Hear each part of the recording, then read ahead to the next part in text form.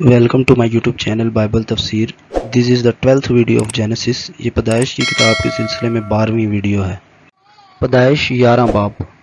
इस बाब में इन बातों का बयान है बाबल के मकाम पर बनी नौ इंसान का इंतशार। आयत 1 और 9 में जहां हम देखते हैं आयत 1 से 4 में एक शहर और बुर्ज बनाने का उनका गुस्ताखाना मंसूबा। आयत 5 से 9 उन पर खुदा का रास्त गज़ब की उनकी ज़ुबान में इख्तलाफ डालकर उनको मुंतशर कर दिया। आयत 10 से 26 इब्राहिम तक खुदा के बेटों का सबनामा और उनके ख़ानदान और आबाई वतन से निकलने का आम बयान। गुज़श्ता बाब के आखिर में बताया गया है कि तूफ़ान के बाद जो कौमें ज़मीन पर जा बजा मुनक़सम हुई वो उन ही में से थी, यानी वो कई कबीलों में बट गईं और इसी तरह जानी पहचानी जाने लगी। मगर मालूम होता है कि बनी आदम दूर दूर के इलाकों में मुंतशर होना पसंद ना करते थे। उनका ख्याल था कि जितने ज़्यादा तादाद में इकट्ठे रहेंगे उतने ही ज़्यादा खुश और महफूज रहेंगे। चनाचा उन्होंने इकट्ठे रहने की तदबीरें की और यूँ साबित करने की कोशिश की कि हम खुदा या नूह से ज़्यादा अक्लमंद हैं। उन सब की एक ही ज़ुबान और एक ही बोली थी। चूँकि वो एक दूसरे की बात समझते थे, इसलिए इम्कान था कि एक दूसरे से ज़्यादा मोहब्बत रखेंगे, एक दूसरे की ज़्यादा मदद कर सकेंगे और एक दूसरे से अलग और दूर होने का इम्कान कमतर होगा। उन्होंने रिहाइश के लिए बहुत कुशादा और बासहूलत जगह तलाश कर ली। ये जगह थी मुल्क सनार में एक मैदान। ये एक वसी और अरीज़ मैदान था जिसमें वो सारे समा सकते थे। ये मैदान ज़रख़ेज़ था और इनकी मौजूदा तादाद को संभालने और पालने के लिए काफ़ी था। उन्होंने आपस में यकदिल और मुतहद रहने और एक जमात की सूरत में रहने बसने का एक तरीका इख्तियार किया। वो इस बात के आरज़ूमंद ना हुए कि हम खुदा की मुहाफ़ज़त में रवाना होकर अपनी हदूद को बढ़ाएं, बल्कि किला बंद होने की तदबीर की। ये काम करने के लिए उन्होंने किस तरह एक दूसरे को उबारा और हौसला अफजाई की। उन्होंने कहा, आओ हम ईंटें बनाएं और फिर हम अपने वास्ते एक शहर बनाएं। गौर करें कि उन्होंने आपस में कहा, एक दूसरे की हौसला अफजाई और वलवला अंगेजी करके वो और भी दिलेर और पुरअज़म बन गए। उन्होंने तामीर के लिए कौन सा खाम माल और चीज़ें इस्तेमाल की। वो इलाका मैदानी था, इसलिए ना वहाँ पत्थर थे ना चूना, लेकिन वो इस बात से बेहौसला नहीं हुए।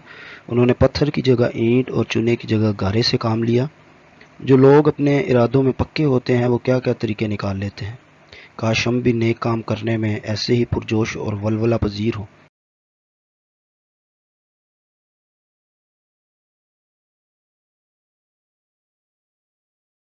शहर तामीर करने का मकसद क्या था?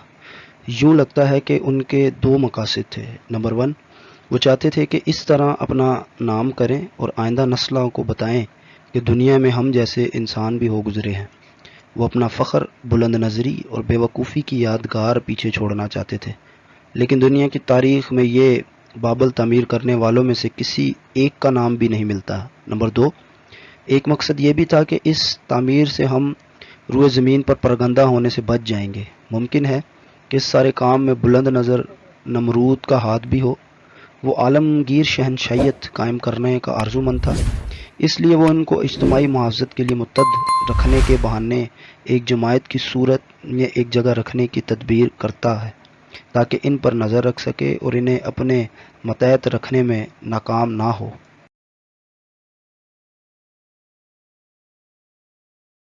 ज़ुबानों में इख्तलाफ डाला गया, तामीर का काम रुक गया।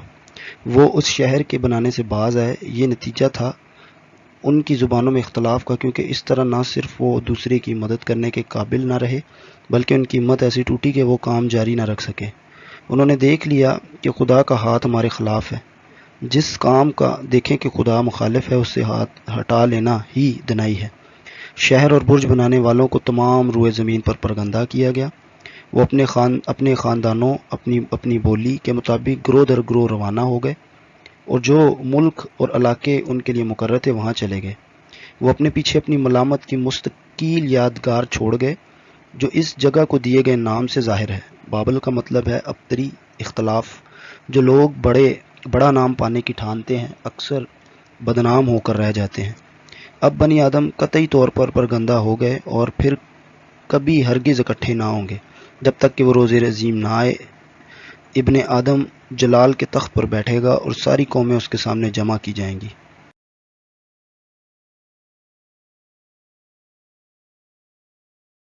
اس نسل کے لوگوں کے ناموں اور عمروں کے سوا کوئی اور بات تاریخ میں درج نہیں۔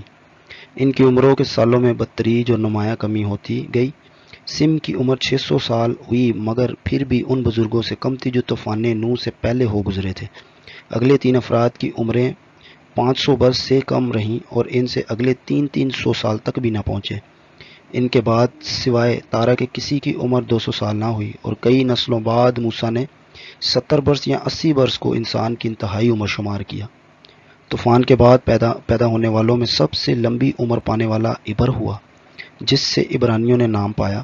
یہ طویل العمری اس کی بے مثال خدا پرستی اور سختی سے خدا کے راہوں پر چلنے کا اجر تھی۔ یہاں ابراہیم کا واقعہ شروع ہوتا ہے۔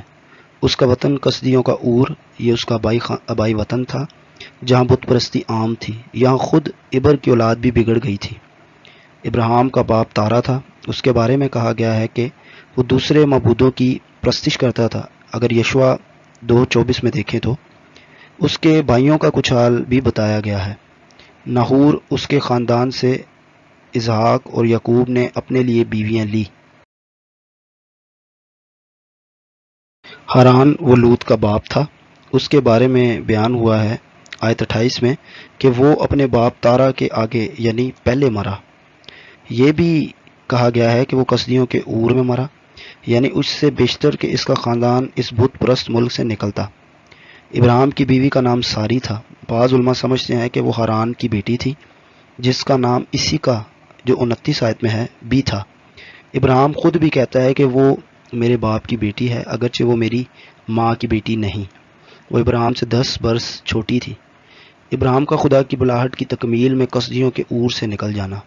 وہ اپنے باپ تارا، اپنے بھتیجے لوط اور باقی خاندان کے ساتھ روانہ ہوا۔ اس کا مزید حال ہم آگے چل کر باب 12 اور اس کے بعد پڑھیں گے۔ فی الحال وہ ہاران تک پہنچے اور وہیں رہنے لگے۔ یہ جگہ اور کنعان کے درمیان ہے۔ وہ تارا کی وفات تک وہیں قیام پذیر رہے۔ غالباً وہ بڑھاپے کی کمزوری کے باعث سفر کرنے کے قابل نہ تھا۔ بہت سے لوگ ہاران تک تو آ جاتے ہیں لیکن کنعان میں نہیں پہنچ پاتے۔ وہ خدا کی بادشاہی سے دور نہیں ہوتے تو بھی وہاں نہیں پہنچتے۔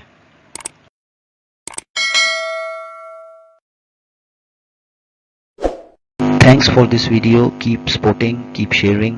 God bless you and welcome to Bible Tafsir for Learn Bible. Thanks a lot for your support. Please subscribe this channel, hit the like button and press the bell icon. Thank you guys.